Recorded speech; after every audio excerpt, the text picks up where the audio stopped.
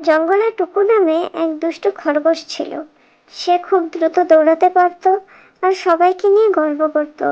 একদিন সে ধীর কচ্ছপ গৌকে দেখে বলল, তুমি এত ধীরে হাঁটো, কখনো কাউকে হারাতে পারবে না। গৌব শান্তভাবে হেসে বলল, গতি না, চেষ্টা সবচেয়ে গুরুত্বপূর্ণ। এই কথা শুনে জঙ্গলের প্রাণীরা দৌড় প্রতিযোগিতার আয়োজন করলো। দৌড় শুরু হতেই টুকু বাতাসের মতো ছুটে গেল, আর গোগো ধীরে ধীরে হাঁটতে লাগলো।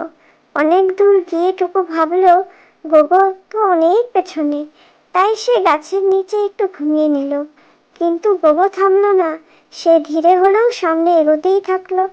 হঠাৎ টুকুর ঘুম ভাঙলো। সে দ্রুত ফিনিশ লাইনের দিকে দৌড়াতে থাকলো, কিন্তু গিয়ে দেখলো গোগো আগেই জিতে গেছে। টুকু লজ্জা পেয়ে বলল, আজ আমি শিখলাম কখনো কাউকে ছোট ভাবা উচিত নয়। তাই ধৈর্য আর পরিশ্রম সবসময় সফলতা এনে দেয়।